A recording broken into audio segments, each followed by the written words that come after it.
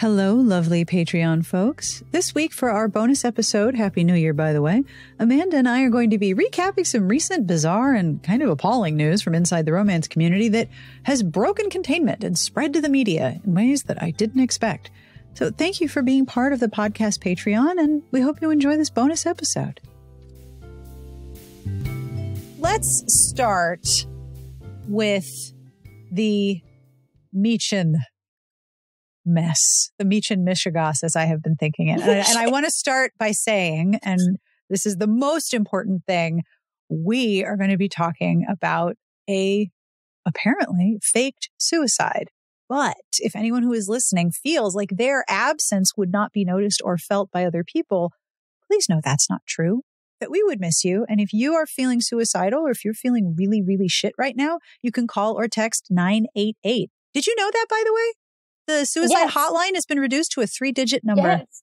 I'm so excited about this. So yeah, if you need help, call or text 988.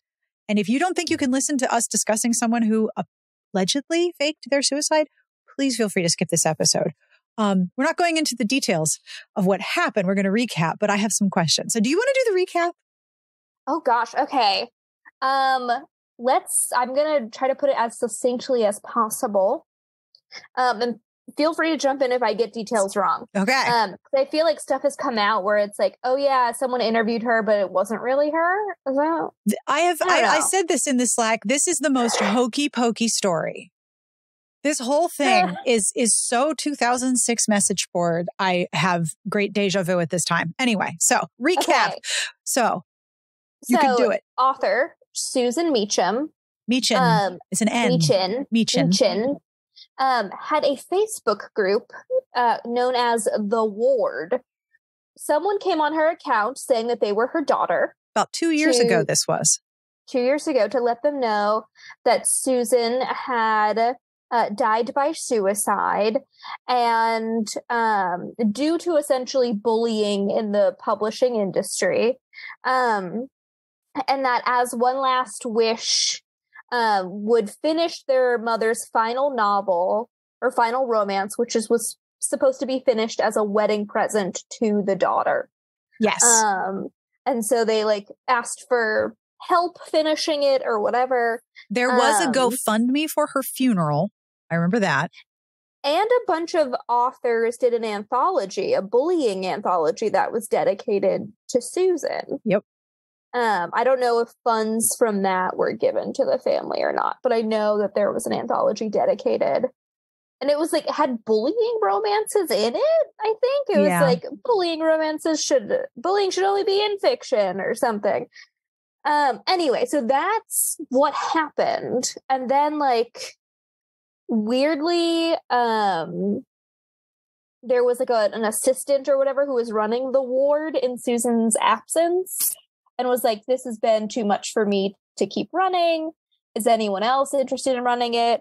And then someone piped up that they would take a stab at running it, and hopefully that it would make Susan proud. And turns out the person who stepped up to run the ward was also Susan under a fake name to run this Facebook group. Is this all making sense to anybody? I feel like I'm that person with the murder board and I'm connecting the red strings. It's just red yarn everywhere. Yes. No, what you are saying, okay, the words that you are using and the order in which you are saying them makes sense. What you are actually saying still doesn't make sense. And this has been happening for quite some time. So the way I understand it, this all got posted to Twitter by a Twitter account called Dragger of Liars, which is... Ooh. And she just came back randomly. She just popped back in to the ward and was like, hey, everybody. And the thing that really dropped my jaw about this is that when she posted, it says, I debated on how to do this a million times. I'm still not sure if it's right or not. There's going to be tons of questions and a lot of people leaving the group, I'd guess, but my family did what they thought was best for me and I can't fault them. I almost died again at my own hand and they had to go through all that hell again. Returning to the ward doesn't mean much, but I am in a good place now and I'm hoping to write again. let the fun begin. So in the most generous reading of that, and I mean like literal miles of generosity, she's back from the dead. Oh, holy crap. She's back from the dead. She didn't die. She has come back to her Facebook group. Also, no utterance of, I'm sorry, I misled everyone into thinking that I died. And like, not just died of like a car accident. No, or like that she took her own life because of bullying. That she took her own life because of people bullying her on the internet. Like, it's just kind of like, hey, I'm back and I know it's going to ruffle a few feathers, but oh well. Like, yeah, I'm in a better place now. What? Being alive sounds great, but what? So I will be honest with you. I am so very jaded and so tired that I saw this and thought, well, I guess, faking suicide as a marketing technique is probably not a new one, but that's kind of gross. And people were talking about it on Twitter, as is what you do on Twitter. And people were talking about it on Facebook, which is what you do. But the thing that absolutely blows my mind is that this got picked up by Rolling Stone, by Slate. It was on Yahoo News. I think it was on BBC News. I was contacted by a New York Times reporter who covers mental health.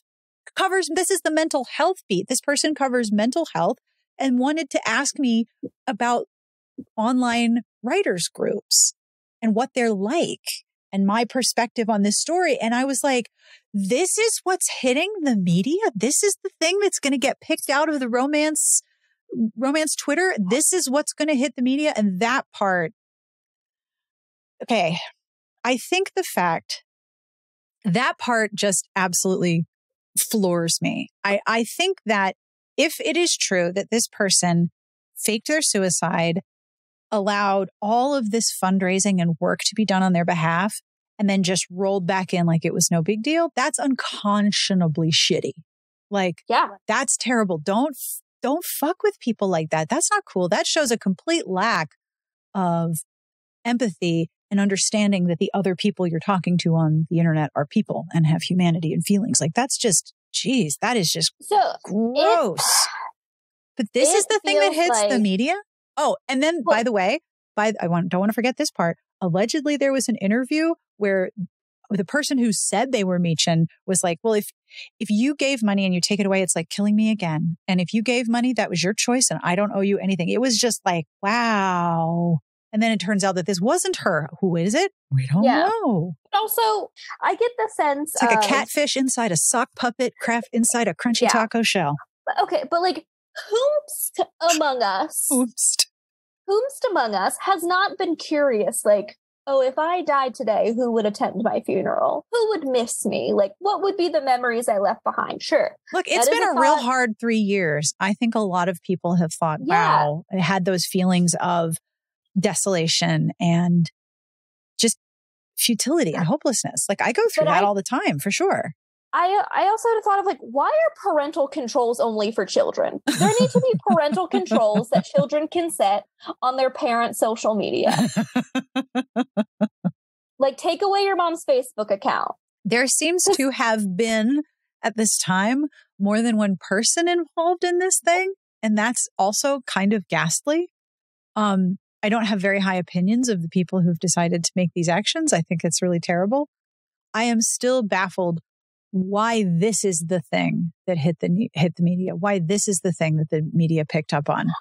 Oh, because, like, let's be honest. Well, you've got the whole faking your death story. That's going to be a hook. But people love to have a thing that's usually coded for and by women to poke fun at.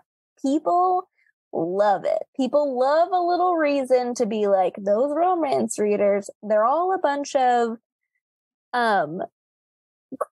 forgive my parlance, forgive my speak, crazy lonely women who have a bunch of cats. Like, that is still a stereotype that I still see in 2023. As progressive and as big as romance has gotten in the past couple of years, there are still tons of people who think that. You know, like I see it on Twitter all the time. Yeah. So, you know, having this be in the romance genre, I feel like really adds to the salaciousness that it was a romance author doing this. Yeah, all the sexy book writers are behaving badly again. Let's take a look. Also, I asked internally, I asked in the Smart Bitches Slack, and Shayna said the same thing. People love a story where they can make fun of romance authors. Yeah.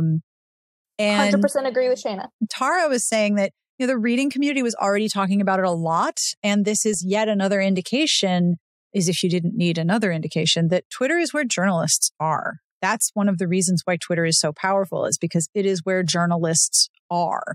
And on one hand, there are some drawbacks to that, because you sort of get high on your own supply when you're only listening to an echo chamber of your own industry. Ask me how I know. But also, it is the place where you go where people who are writing about what is happening are going to be writing about it right there, because, you know, much like a lot of breaking news. Exactly. Sure. Right. Where just like authors have to promote themselves, journalists also have to promote themselves in their own bylines. Their newspapers aren't, and their outlets aren't going to do it for them. So this is where journalists are. So if people on Twitter are talking about a thing, a journalist is going to pick it. I mean, that happens all the time. That's the genesis of a lot of stories comes from Twitter. But also, Tara says just how absolutely audacious it is as a decision. Like, that was a whole series of decisions that I still question.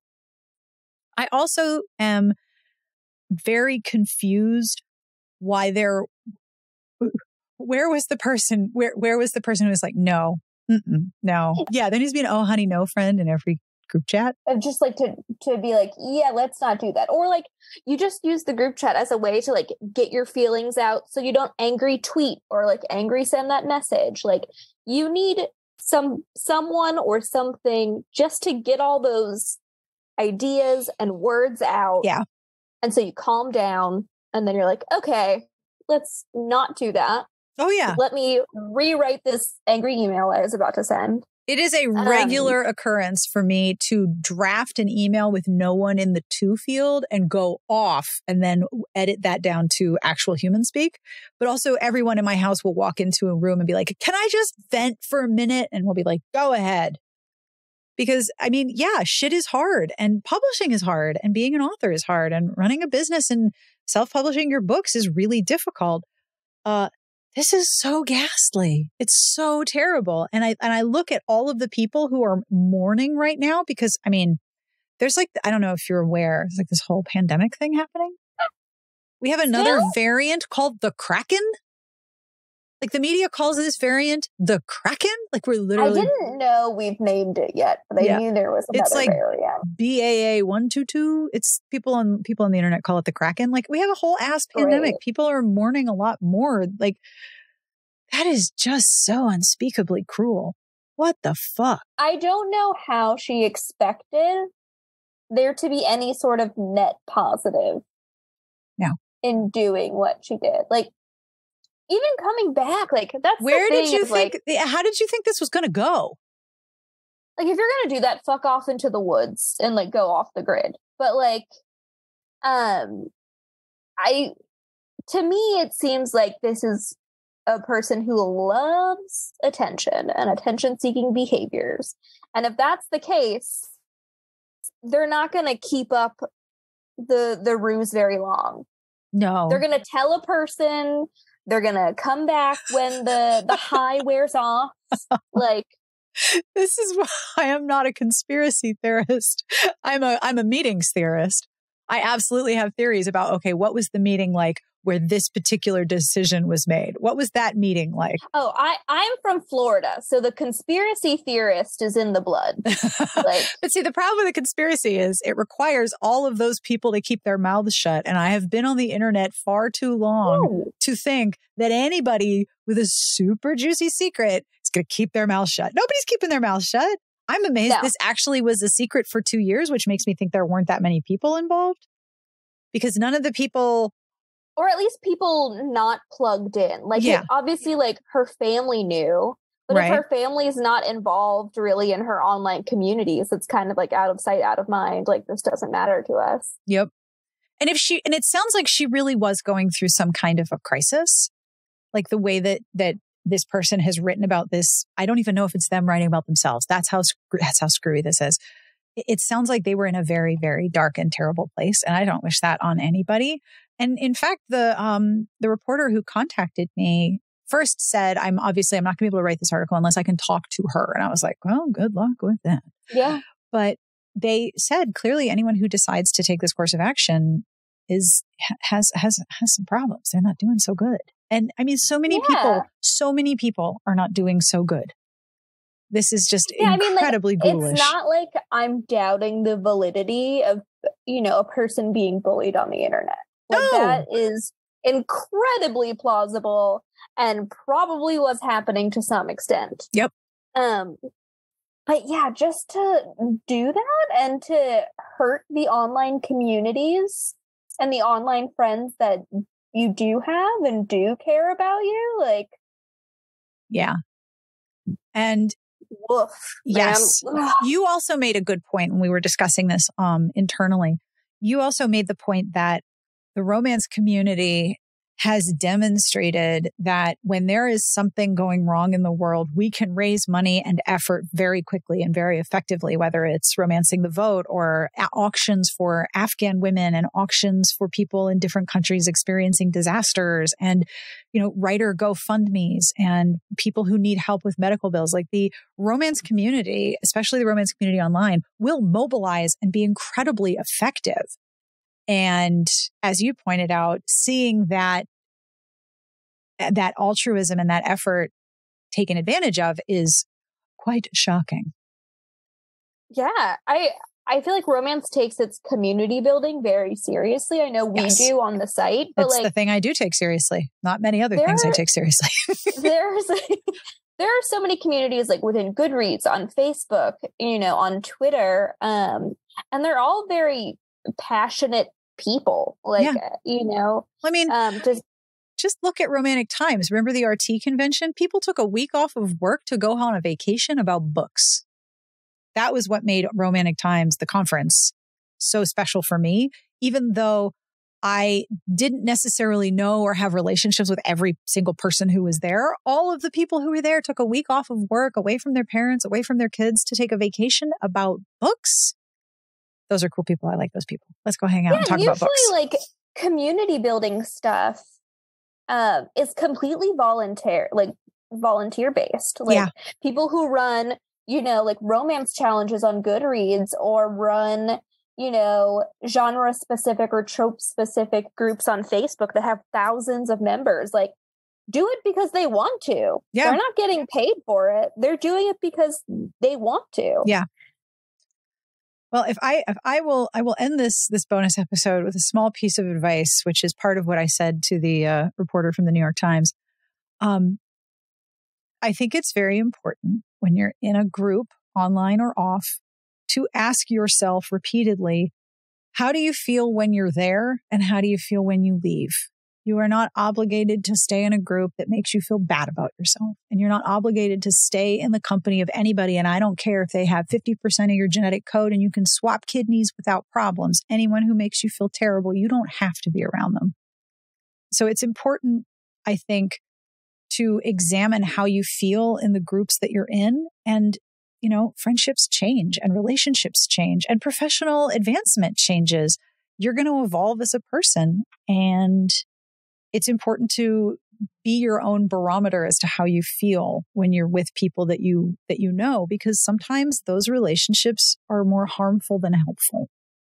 One thing my partner and I have been doing is if we see each other on our phones, we'll like ask, we're like, oh yeah, like, what are you doing? And if I say Twitter, Brian will respond. If I say Twitter, he tackles me and my phone goes into the sea. It gets flushed down the toilet. I'm on my 7th phone. But we'll be like, okay, is it good Twitter or bad Twitter? Oh, that's a good question.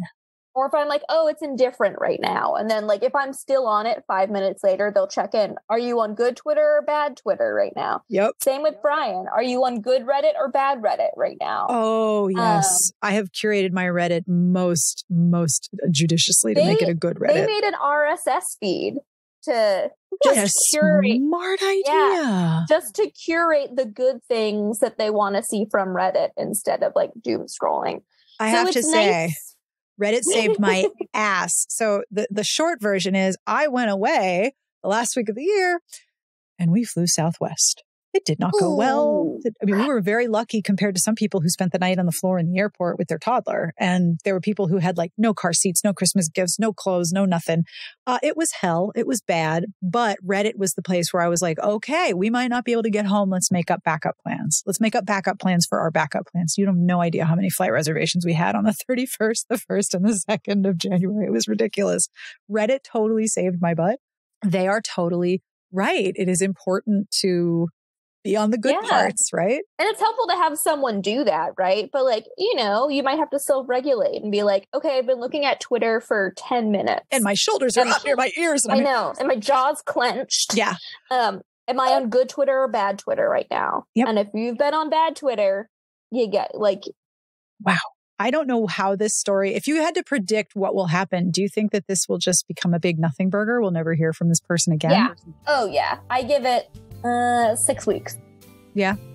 Before we're on to something else. Yeah. I am curious about your opinion, though. Why do you think this was picked up by the media? Was it the salaciousness? Was it sexism? Was it misogyny? Was it just the absolute strangeness of the entire thing? How is this the story that got so far? What do you think? You can comment on the Patreon post. I'm very curious to hear your opinion. And thank you, as always, for being part of our Patreon community.